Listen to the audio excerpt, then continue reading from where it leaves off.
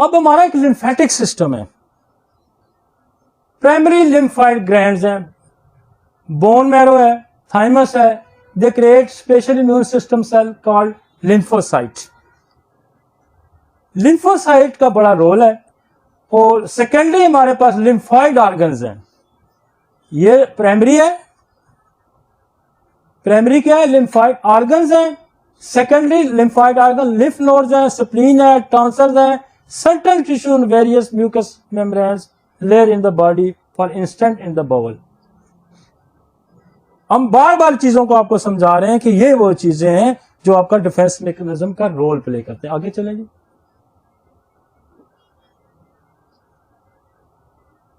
अब हमारे पास एक अल्टीमेटली इम्यून सिस्टम है, अल्टीमेटली स्किन गई, टॉन्सल्स गए, एडिनल्स गए, हेयर्स हैं, मतलब सारी चीजें हैं, यूरिन ट्रैक है। फिर एक हमारे पास अंदर साइटोप्लाज्मा में एक अल्टीमेट सिस्टम मौजूद है जिसको ब्लड के अंदर सेल है।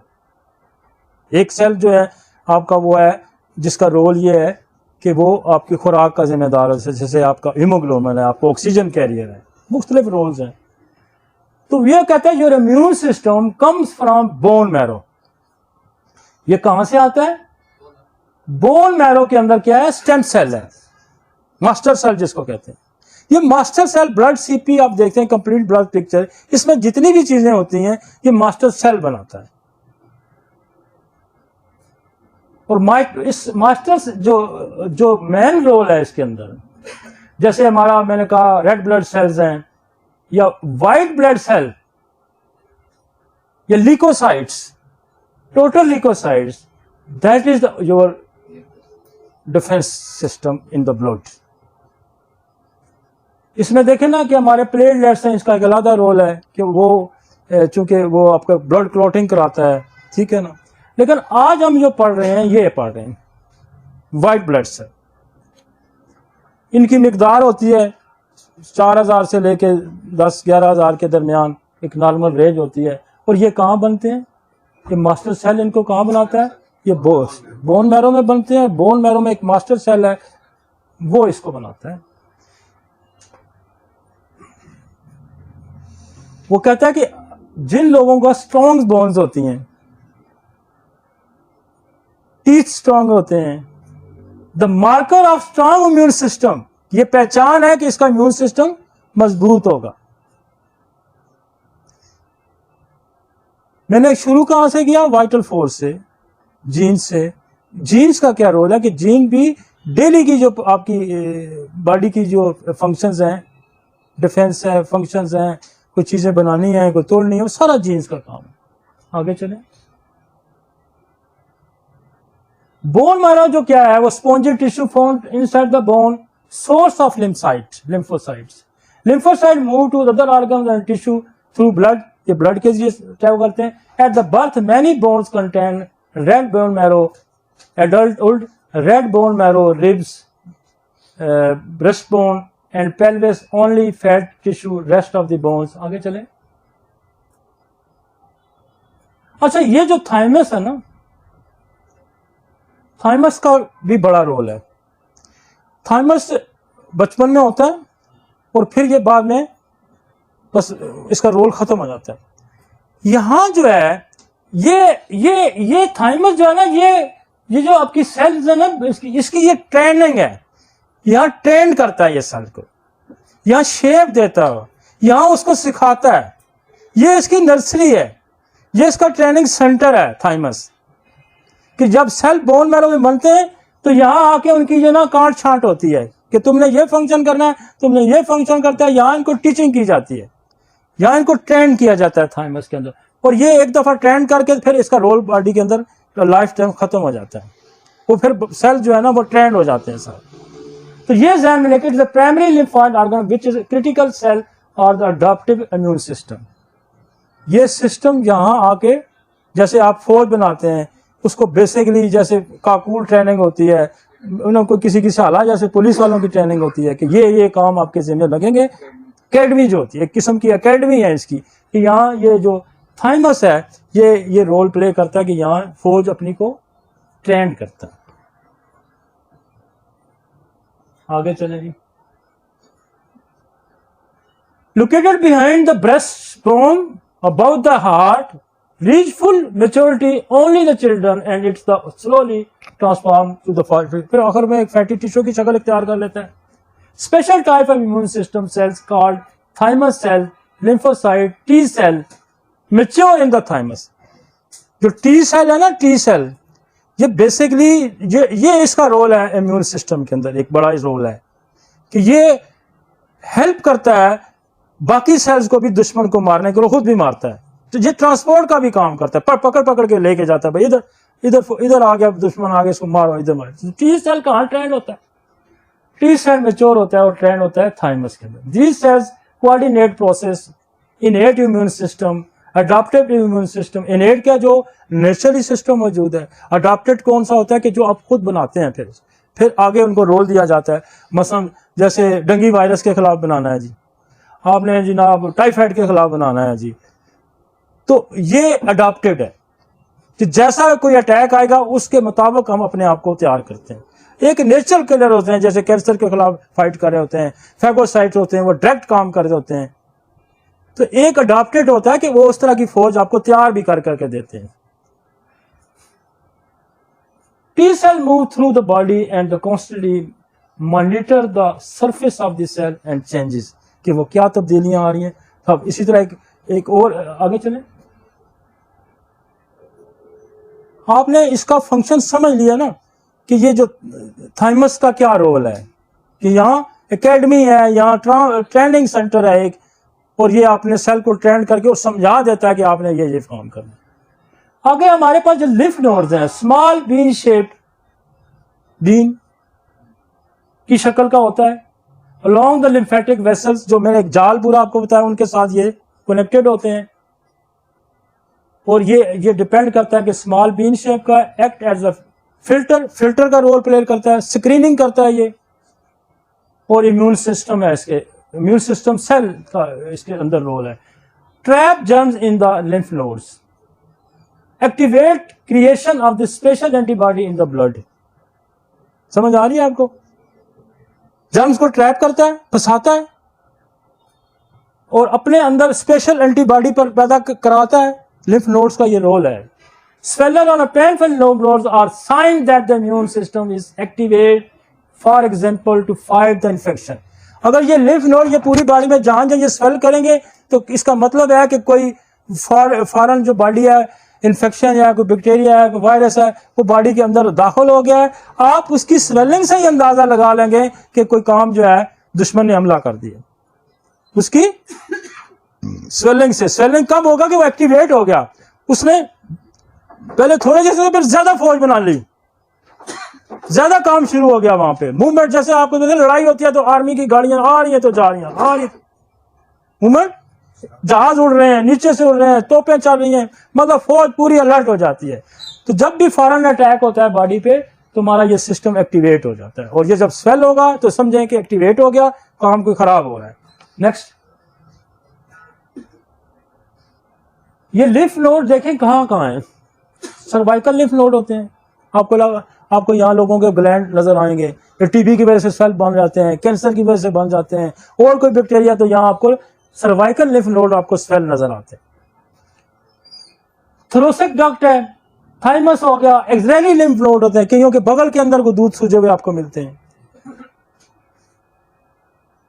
लंबर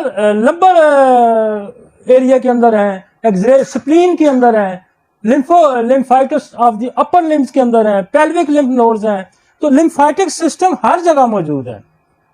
लोअर एक्सट्रीम में इनग्वाइनल एरिया, यहाँ लोगों के जो अक्सर बच्चे आते हैं हमारे, ये इनग्वाइनल एरिया के लिम्फ नोड फेल कर जाते हैं, क्योंकि ये जी आपका यूरिन ट्रैक्ट साथ है, आपका एनल सिस्टम, यहाँ से इन्फेक्शन फौरन ट्रैवल इधर उधर कर जाता है, तो ये लिम्फ नोड्स कर जाते हैं. आगे चलेंगे. ये उसने लिम्फ नोड का एक स्ट्रक्चर बताया कि ये किस तरह का होता है. ये देखें ना, ब्लड सर्कुलेशन के अंदर है, इसके कैपिलरी बेड्स हैं, आर्टरीज हैं, ये पूरा इनको जिंदा रखने के लिए हमारा साथ साथ स्पोर्टिक है, आर्टीरियल और वेनल सिस्टम भी साथ साथ चल रहा है. और ये इस लिम्फ नोड्स के अंदर सारा वर्क है कि यहाँ ब्लड, इसको जिंदा रखने के लिए तो ब्लड सप्लाई की भी जरूरत है, वो सप्लाई भी सारी इसके साथ साथ. आगे चलेंगे.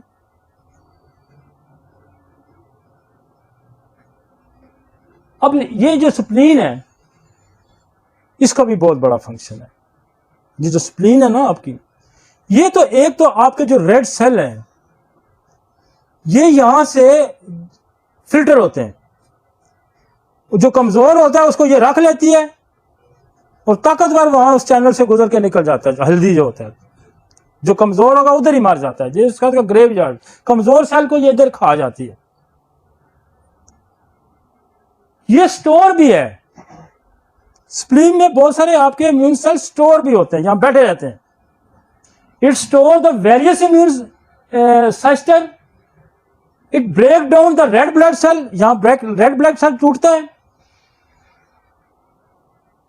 और it stores and break down the platelets, यहां प्लेटलेट्स टूटते भी हैं और यहां स्टोर भी होते हैं। ये एक किस्म का आपके इम्यून सिस्टम का ये एक स्टोर है स्प्लीन। और जो अल्टीमेटली स्प्लीन ओवर वर्क करती है, जब पीछे डिजीजेस चल रही होती है, कैंसर चल रहा है, थैलेसीमिया चल रहा है, मलेरिया चल रहा है और बीमारियां चल रही हैं, तो ये मशीन चल चल चल के ये क्या होती है, इनलार्ज हो जाती है।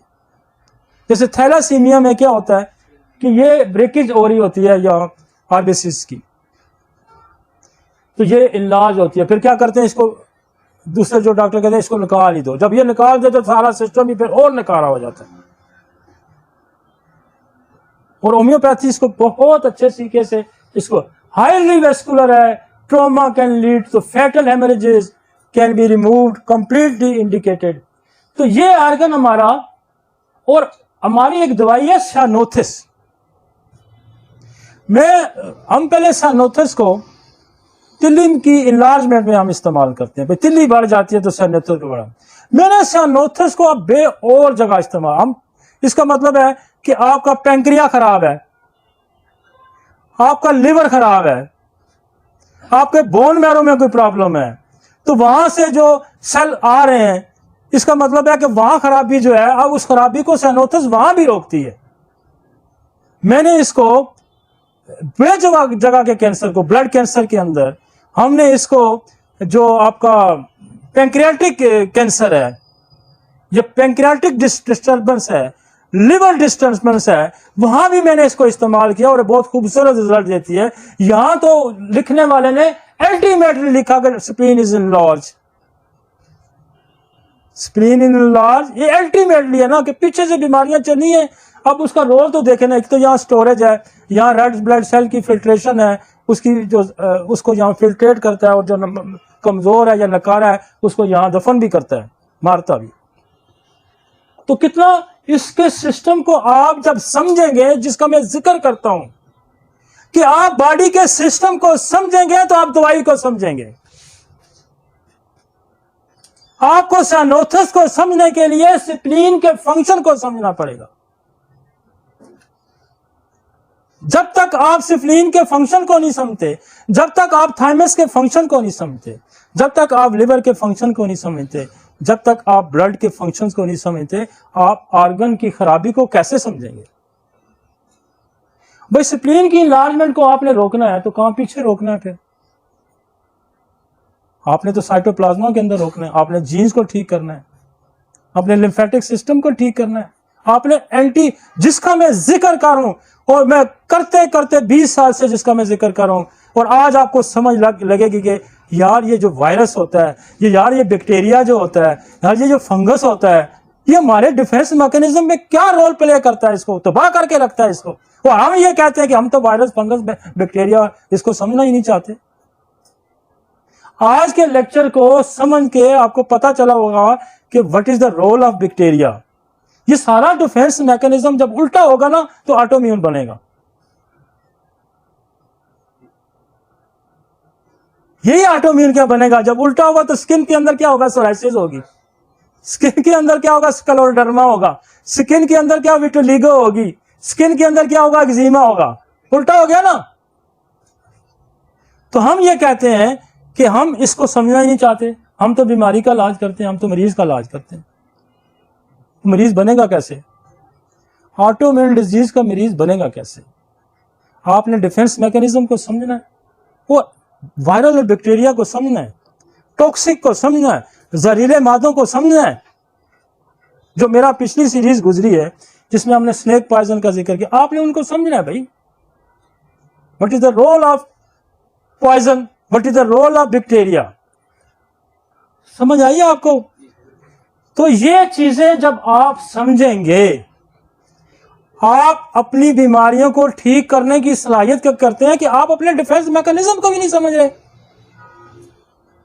कि मेरे स्किन का क्या रोल है भाई, मेरे अंदर टॉन्सिल का, एडिनाइड्स का क्या रोल है, मेरा लिम्फेटिक सिस्टम का क्या रोल है, और अल्टीमेटली ये वीक क्यों होता है। वीक तो आपको कुछ ना कुछ समझ आएगा ना कि वीक क्यों होता है, कि बैक्टीरिया ने अटैक कर दिया तो वीक हो गया, वायरस ने अटैक कर दिया तो वीक हो गया, फंगल अटैक करेगा वीक हो गया, सांप काट गया, पॉइजन आ गया तो खा गया, वीक हो गया। तो आप समझ जाएंगे कि वीक क्यों होता है। आगे चलते हैं। ये उसने स्प्लीन का बड़ा डिटेल सा दे दिया है पूरा। आगे चले। ये वाइट पल्ब है, वेन्स हैं इसके अंदर, पूरा एक सिस्टम मौजूद है। अल्टीमेटली आपने ये समझना कि यहाँ आपके इम्यून सेल आपके यहाँ स्टोर होते हैं, यहाँ रेड सेल फिल्ट्रेट होता है, ये उनका जगह है, वहाँ नश्वर वहाँ पाते हैं, बैठते हैं। उनका लिए अगर ये माहौल ख़राब होगा तो हमारा अपना सिस्टम ख़राब हो जाएगा। आगे चलें। टॉन्सिल का मैंने आगे बता दिया था कि टॉन्सिल्स की देखिए पूरी फैक्ट्री लगी। जरा पीछे मुड़े देखिए, ये एयर ड्रम है, मिडल ईयर है, ये बता रहा है कि ये टॉन्सिल है, एडेनॉइड्स हैं, सॉफ्ट पैलेट्स है, टंग है, टॉन्सिल। तो ये उसने एक आपको बताया कि ऑटोइम्यून डिजीज पर जब ये खराब होंगे तो क्या होगा। आगे चलेंगे। ये टॉन्सिल इन्फ्लेम हो गया। और आगे चलें। ये उसने सारे सेल्स को मार्क किया हुआ है, इम्यून सेल्स हैं हमारे। ये डेंड्रिक सेल्स है, इसका क्या काम है, ये डेंड्रिक सेल जो है ये वॉचमैन का रोल प्ले करता है, ये वॉच करता रहता है, बारह चीज़ इंटेलिजेंस वॉच, कोई चीज़ आई है दाखिल है। तो ये मुख्तलिफ उसने सारे लिम्फाइड सेल्स हैं, ये टी सेल्स हैं, इसी तरह बी सेल्स हैं, ये सारे सेल्स। मेमोरी बी सेल्स का क्या काम है कि ये आपका एंटीबॉडी बनाता है, और दूसरा इसका बड़ा रोल है कि ये मेमोरी सेल्स है, उसकी मेमोरी भी रखता है। मसलन उसने उसके खिलाफ बना ली, डेंगू के खिलाफ बना ली, तो वो मेमोरी भी रखेगा, फिर अटैक करेगा तो ये हमला करेगा। इसी तरह इन्फ्लुएंजा के खिलाफ बना ली, टाइफाइड के खिलाफ बना ली, किसी और बैक्टीरिया के खिलाफ, तो ये मेमोरी भी है इसके ज़रिए। तो आगे चलें।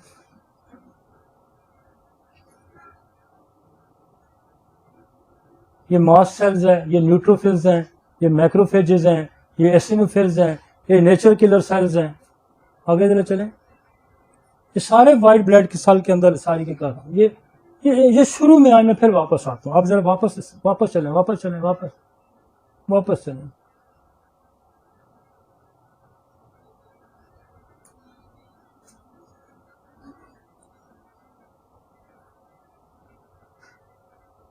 बस एक इससे आगे आ जाए, इससे आगे आ जाए, इससे आगे आ जाए, इससे आगे आ जाए, इससे आगे आ जाए, इससे आगे आ जाए, इससे पीछे एक और जगह है, एक पीछे और